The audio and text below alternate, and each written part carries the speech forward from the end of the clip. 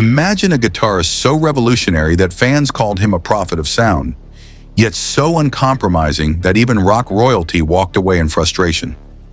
This is the paradox of Jeff Beck. He was the quiet man with the screaming guitar, a mechanical genius who rebuilt hot rods by day and bent musical physics by night. Critics adored his fearless experimentation. Fellow musicians, many of them were terrified to share a stage with him. Jeff Beck's story is not a polite stroll through classic rock history. It is a high-voltage collision of brilliance and brutality, a saga where genius meets ego and sparks fly louder than any amplifier. Born in Surrey, England, Beck grew up obsessed with sound, old radios, car engines, and the twang of homemade guitars. By the mid-1960s, he was more than a player. He was an inventor. He coaxed cries, whispers, and impossible harmonics from 6 strings long before the word sound design existed. But Beck demanded from others what he demanded of himself: absolute perfection. Studio engineers recall marathon takes because a single hi-hat rang too long. Bandmates describe rehearsals that felt like final exams. Jeff thinks every note has to be perfect, one early collaborator lamented, but rock and roll is supposed to have soul. Beck heard no contradiction. For him, soul was precision, and the rest was laziness. That relentless standard produced breathtaking music, truth, blow by blow, wired, but also a trail of broken partnerships. He was admired, feared, sometimes hated. Tonight we peel back the mythology to expose the rivalries that defined his legend. These are not polite artistic disagreements. These are deep fractures, decades-long resentments among the greatest guitarists of the 20th century. Our journey begins with 5 giants who, according to countless industry insiders, could not stand working with Jeff Beck. We start where the damage was first done, with a singer whose voice could shatter stadiums and whose temper could match Beck's own. Rod Stewart. In 1968, pairing Jeff Beck with Rod Stewart looked like destiny. Been crying forever. Beck was the Yardbirds alumnus rewriting the guitar rulebook. Stewart, the raspy powerhouse destined to front arenas. Together, they formed the Jeff Beck Group and recorded Truth, a record many call the bridge between British blues and heavy metal. Critics hailed it as a new dawn. Behind the studio doors, however, the dawn looked more like a thunderstorm. Stewart thrived on spontaneity. He wanted loose grooves, sweat-drenched takes, the danger of imperfection. Beck wanted precision, every riff sharpened like a razor. Rehearsals stretched for hours as Beck dissected drum fills and demanded retakes for microscopic timing flaws. Session players later joked that working with him was like sitting a mathematics exam in front of a firing squad. The clash peaked during their 1969 US tour. Night after night, Beck reportedly scolded Stewart mid-set for phrasing he thought was off by a hair. One evening in Detroit, witnesses say Beck stopped a song cold, glaring at Stewart before an audience of thousands. Backstage, the simmer finally boiled. Stewart exploded. "I don't need a guitar teacher who thinks he's God. Find yourself another puppet." He stormed out, leaving promoters scrambling and the rest of the band stunned. Industry insiders confirmed the partnership never recovered. Stewart later told journalists that Beck turned a creative alliance into a dictatorship, crushing everyone's freedom until the music bled dry. Beck, for his part, offered only a wry smile when asked about the split, once remarking that singers should focus on pitch before complaining about perfection. Their break cost them both.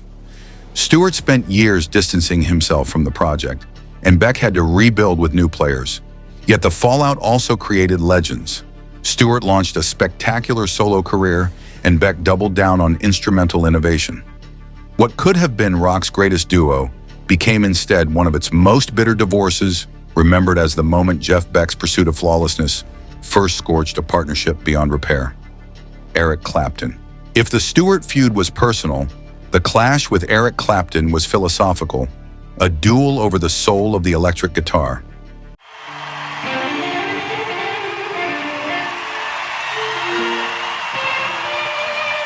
Mid-1960s London was a cauldron of blues revival. He is the most unique guitar player, and the most, probably the most devoted. I mean, from what I know of Jeff.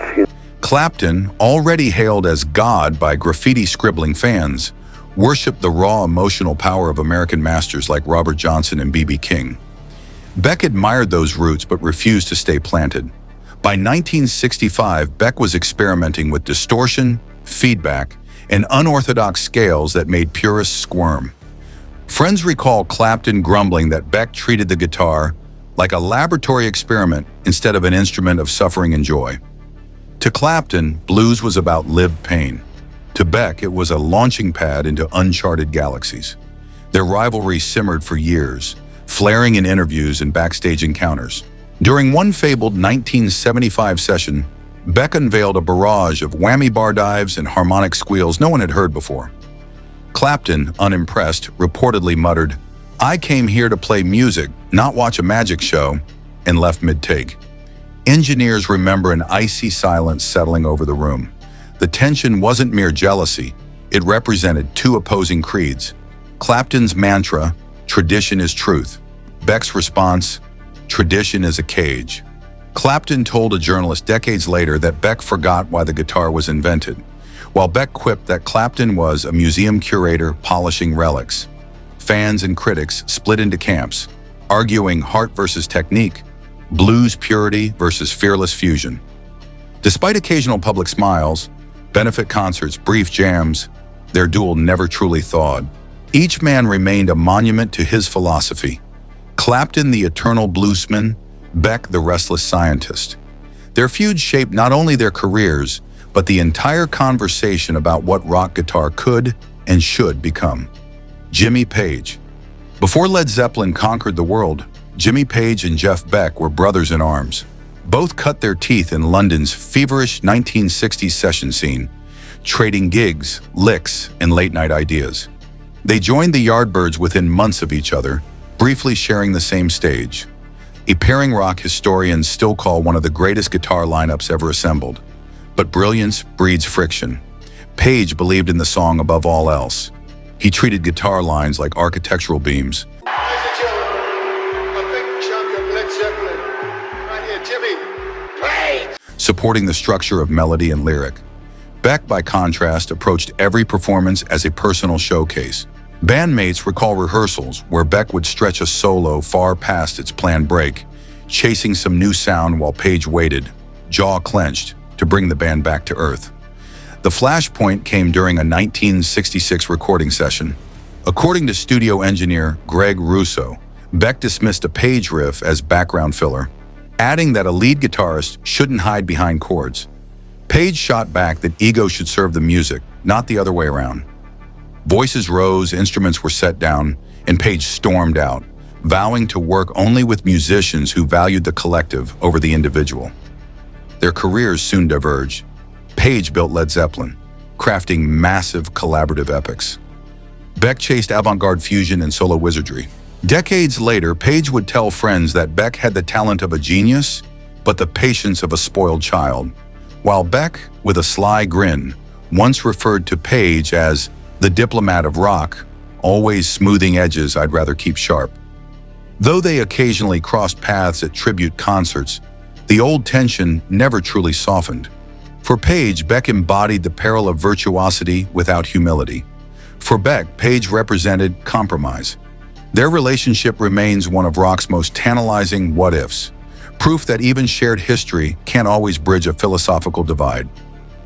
Keith Richards. If Jeff Beck symbolized technical precision, Keith Richards stood for the glorious mess of rock and roll. Richards loved imperfections, the scrape of a string, the stumble of a live beat. That's where the soul lives, he often said. So when their worlds collided in the early 1970s, sparks were inevitable. Richards viewed Beck's music as dazzling but cold. According to Rolling Stone journalist Robert Greenfield, Richards told drinking buddies that Beck had turned rock guitar into a bloody science experiment, forgetting that the genre was supposed to come from the guts, not a practice room. Beck, meanwhile, saw in Richards a kind of deliberate sloppiness, romantic perhaps, but musically careless. The tension erupted during a 1973 London session. Richards made a barbed comment about guitar players who think they're in an orchestra. Beck shot back that some musicians prefer precision to pub brawls. The exchange escalated until both men walked out, leaving producers staring at dead tape reels. Their disagreement went deeper than style. For Richards, Beck represented rock's creeping intellectualization, the idea that charts and technique could replace instinct and danger. For Beck, Richards symbolized a refusal to evolve, clinging to a rawness that sometimes bordered on chaos. Each saw the other as betraying rock's true spirit, though they defined that spirit in opposite ways. Years later, Richards still dismissed Beck as all flash and no heart, while Beck countered that Richards was all attitude and no curiosity. They never recorded together again. Ritchie Blackmore. Of all Jeff Beck's rivalries, none matched the pure theatrical fire of his conflict with Ritchie Blackmore, the mercurial genius behind Deep Purple and Rainbow. Both emerged from Britain's late 60s guitar boom. Both loved classical flourishes and high-volume drama, and both possessed egos as oversized as their amplifiers. Blackmore built his reputation on fusing Baroque melodies with heavy rock, a style that thrilled fans but drew Beck's skepticism. According to rock writer Jeff Barton, Beck privately sneered that Blackmore's classical touches were musical theater for people afraid of real innovation. Blackmore, never one to swallow an insult, fired back that Beck had turned the guitar into a computer with strings, dazzling but soulless. Their infamous confrontation came in 1971 during a shared studio session. Beck reportedly critiqued Blackmore's arpeggios as gimmicks, prompting Blackmore to snap, "I don't take advice from someone who confuses showing off with artistry." He walked out, leaving producers scrambling and onlookers whispering that two of rock's sharpest swords had just crossed for the last time. For decades, they traded indirect jabs in interviews. Blackmore described Beck as technically brilliant but emotionally vacant. Beck, in turn, joked that Blackmore played like a knight in a Renaissance fair. Outro Jeff Beck's life was a paradox. A man of few words whose guitar spoke infinite languages. A perfectionist who inspired awe and exasperation in equal measure. Each walked away convinced that working with Beck meant sacrificing their own creative freedom. Were these rivalries born of ego, philosophy, or simply the clash that happens when geniuses collide? Perhaps all three. What's undeniable is the legacy Beck leaves behind. He proved that the electric guitar is not just an instrument, but a limitless canvas. His experiments paved the way for fusion, metal, and countless modern styles, even as his fierce standards made him a solitary figure.